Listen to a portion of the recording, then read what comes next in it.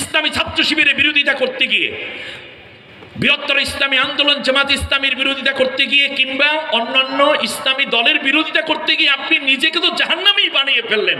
অতএব জান্নাতের মোহনায় যদি নিজেকে আসতে চান, অনেক বৃদ্ধ রাজনীতিবিদ আছেন, বৃদ্ধা রাজনীতিবিদ আছেন যারা বয়সের ভারে নুয়ে পড়ে এখনো কাজ করছেন রাজনীতির মাঠে। আপনি যেই রাজনীতিটি করবেন সেটা যেন কোরআনের কথা হয়, সেটা যেন নবীর আদর্শের কথা হয়, তাহলে আপনি দুনিয়ায়ও নেতা, আখিরাতেও জান্নাতি হতে পারেন। আজকে ইসলামী ছাত্র শিবির ওই কথাগুলো জানিয়ে দিতে চায়, আপনার জীবন যেন দুনিয়া আখিরাত দুইটাই সাফল্য লাভ করতে পারে। কি চমৎকার! আল্লাহ রাব্বুল আলামিন বলছেন শুধু এটাই নয়, ওয়ালা ইয়াদখুলুনাল জান্নাতা হাত্তা ইয়ালিজাল জামালু ফি সাম্মিল খিয়াত।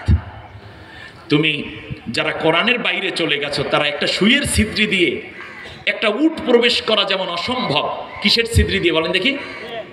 সুইয়ের ছিদ্রি দিয়ে। সুই যেটা একটা চিকন সুতা প্রবেশ করাতে গিয়ে কত কষ্ট হয় যারা একটু বয়স্কা মহিলা, তো সেখান দিয়ে কোনোদিন উট কি প্রবেশ করতে পারবে?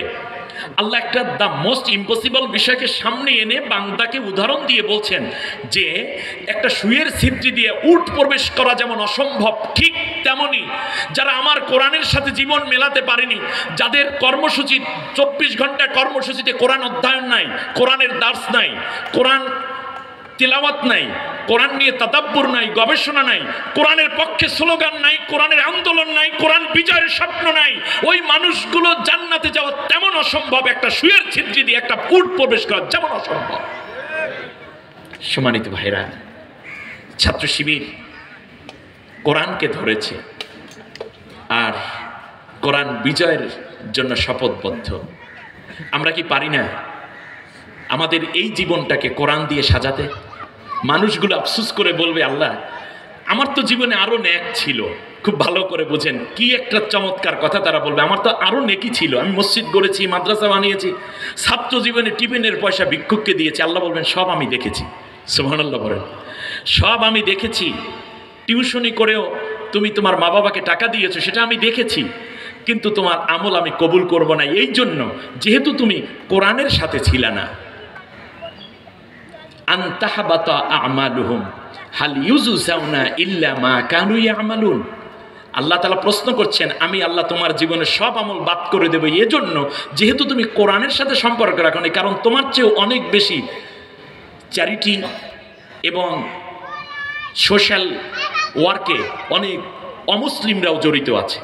অনেক খুনিরাও দেখবেন অনেক সময় বড় বড় ভালো ভালো কাজ করার কথা বলে, যেমন অনেক দেখলে মনে হয় দরবেশ হয়ে গেছে, এরকম অনেক নেক কাজ করতে করতে মনে হয় যেন দরবেশ হয়েই গেছে, কিন্তু দুনিয়ার মানুষের অনেক ক্ষতি করে গেছে, কোরআনের পক্ষে থাকে নাই।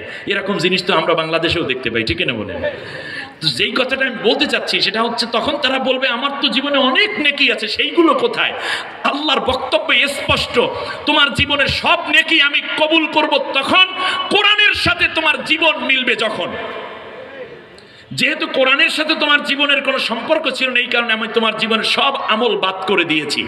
প্রিয় ছাত্র ভাইরা, আপনারা পরীক্ষা দেন, পরীক্ষার হলের যে পেপারটা যখন জমা দেন লিখে, তারপরে আপনি দেখবেন ওখানে যিনি গার্ড থাকেন অথবা হল সচিব থাকেন, তার একটা সিগনেচার থাকে না উপরে।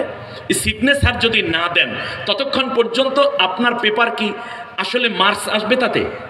অনেক ভালো লিখেছেন, ঠিক তেমনি পৃথিবীতে যারা অনেক নেকি করেছেন কিন্তু আল্লাহর কোরআন পড়ে নাই, কোরআনের সাথে থাকে নাই, কোরআন বিপ্লবের স্বপ্ন দেখে নাই, কোরআন বিজয় মানে আল্লাহর আইনের বিজয়ের স্বপ্ন যারা দেখে নাই, তাদের আমলগুলো আল্লাহ তাআলা কবুল করেন না। ওই পেপার ভরা লেখা থাকবে, নাম্বার আসবে না। যেমন আল্লাহ তাআলা বলছেন, আনতাহাবাতা আমালুহুম, তোমাদের জীবনের সব আমল আমি বাদ করে দেব। কে আছে তোমাকে সওয়াব দিবে? ফালা নুকিমু লাহুম ইয়াউমাল কিয়ামাতি ওয়াজনা, সূরা কাহাফের 105 নম্বর আয়াতে গিয়ে বলছেন, ওদের জীবনের কোনো আমল আমি মিজানে উঠে মাপামাপি করব না, বরং আমি আল্লাহ সুবহানাহু ওয়া তাআলা কি করব জানো? ওমান আ'রাদা আন যিকরি ফাইন্না লাহু মাঈশাতান দনকা ওয়া নাহশুরুহু ইয়াউমাল কিয়ামাতি আমা। আমি তাদেরকে পারিবারিক জীবনে শান্তি দেব না, দুনিয়ার জীবনে শান্তি আসবে না। কোরআনের যদি স্পর্শ না থাকে, কোরআনের সাথে জীবন না থাকে, ওয়াদা করেছেন কে? আল্লাহর কথা বিশ্বাস হয় না আপনাদের? আমি ছাত্র শিবির দেখেছি, ছাত্র শিবিরের দীর্ঘ পথ চলায় আমি একজন নগণ্য কর্মী ছিলাম, কিন্তু দেখুন সকালের নাস্তাটি করে রুম থেকে বেরোতে পারিনি, কিন্তু তার মুখের মুস্কি হাসি কোটি কোটি ছাত্র সমাজের তরতাজা হৃদয়ে গিয়ে কি চমৎকার করে স্পর্শ করছে। পাগল পাড়া হয়ে ছাত্রগুলো শিবিরে যোগদান করতে রাজি হয়ে যাচ্ছে। কারণ পেটের খাবার ছিল না ঠিকই, এরকমও দায়িত্বশীল আমাদের ছিলেন, কিন্তু কোরআনের সাথে সম্পর্ক হওয়ার কারণে তার পরিবার, তার জীবন আল্লাহ তাআলা নিরাপত্তা এবং সুখময় করে দিয়েছেন। আর শত শত কোটি টাকা আয় করা মানুষটিও শান্তি পায়নি, তার কারণ কোরআনের সাথে তার সম্পর্ক ছিল না। এটা আমাদের দূরে যাওয়ার দরকার নেই। আপনার বাড়ির কাছে যারা আছে তাদেরকে জিজ্ঞেস করলেও দেখবেন কোরআনের সাথে যাদের সম্পর্ক তাদের পারিবারিক শান্তিটা আল্লাহ দিয়ে রেখেছেন। আল্লাহ বলছেন কোরআনের সাথে যাদের সম্পর্ক নাই, সূরা তোহার 124 থেকে 26 পর্যন্ত আল্লাহ বলছেন যে তাদের পারিবারিক জীবন সুন্দর হবে না, বাজে টেনশন, বিভিন্ন রকম ক্ষতির মধ্যে তাদের রেখে দেবো আমি, আর কিয়ামতের দিন তার অন্ধ করে দেব।